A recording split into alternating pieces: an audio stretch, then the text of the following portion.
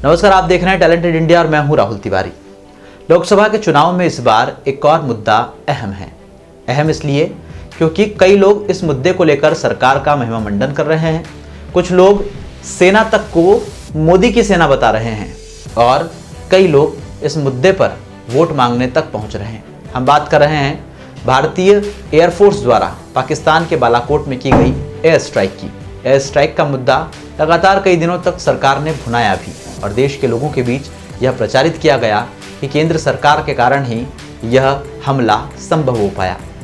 आतंकियों के मारने की खबरें आई, कई सारी लाशें गिनने की बातें सामने आई और आंकड़े तक जारी किए गए। लेकिन अब इस मुद्दे पर पाकिस्तान ने एक नया खुलासा कर दिया है और लोकसभा चुनाव के ठीक इस समय जब पहले चरण के मतदान होना है, तब इस खुलासे ने कई सारे सवालों को भी जन्म दे दिया है। पाकिस्तान स्थित बालाकोट में आतंकियों के शिविर पर भारत की एयर स्ट्राइक के 43 दिन बाद बुधवार को पाकिस्तानी सरकार घटनास्थल पर अंतर्राष्ट्रीय मीडिया के सदस्यों और विदेशी राजनयिकों को लेकर गई। जम्मू और कश्मीर के पुलवामा में 14 फरवरी को केंद्रीय रिजर्व पुलिस बल के साथ 40 जवानों के शहीद होने के बाद भारतीय वायुसेना ने 26 फरवरी को आतंकियों के शिविर पर हमला किया था। बीबीसी की हिंदी वेबसाइट पर प्रकाशित एक रिपोर्ट के अनुसार उनका संवाददाता भी मीडिया कर्मियों के उस दल में शामिल था जिसने एयर स्ट्राइक वाली जगह का दौरा किया। भारत का दावा है कि उसने पाकिस्तान के खैर पख्तूनख्वा के बालाकोट में आतंकी संगठन जैश ए मोहम्मद के ठिकानों पर हमला कर बड़ी संख्या में आतंकी मार गिराए थे। वहीं पाकिस्तान का कहना है कि इस हमले में कुछ पेड़ों को नुकसान पहुंचने के अलावा एक आदमी को मामूली चोट आई थी, लेकिन कोई मारा नहीं गया।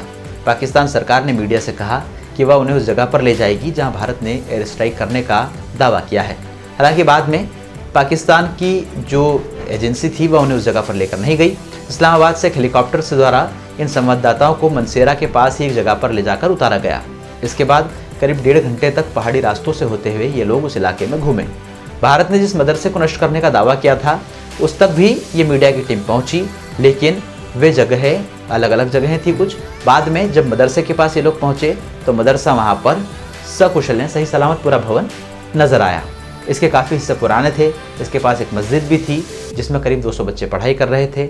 जब इस मदरसे को देखा गया तो यह साफ तौर पर जाहिर हुआ कि यहाँ नया भवन बना पाना इतनी जल्दी नामुमकिन है, संभव नहीं है और मदरसा जो है वह पुराना ही है। यानी भारत ने मदरसे को नष्ट करने का जो दावा किया था वह झूठा निकला। इसके अलावा मीडिया कर्मियों का जो दल पाकिस्तानी सरकार के प्रतिनिधियों के साथ वहां गया था, उसने कई स्थानीय लोगों से बात करने की भी कोशिश की, लेकिन उन्हें मना कर दिया गया। बाद में कुछ ऐसे स्थान भी वहां दिखाए गए जहां पेड़ उखड़े हुए पड़े थे, जहां पर ज़मीन में बड़े बड़े गड्ढे थे, लेकिन उनके आसपास कोई नष्ट हुए बंकर या ऐसी कोई सामग्री या ऐसी कोई निर्माण नज़र नहीं आए जो ये जाहिर करते हों कि वहाँ एक समय पर बहुत से लोग रह रहे थे और उन लोगों पर एक साथ बम गिराए गए और ये लोग मरे हों। कुल मिलाकर लगातार भारत की तरफ से जो दावे किए जा रहे थे एयर स्ट्राइक को लेकर, और भारत सरकार ये कह रही थी कि एयर स्ट्राइक से 300 से ज़्यादा आतंकी हमने मारे हैं, उसका जवाब अब पाकिस्तान ने दिया है।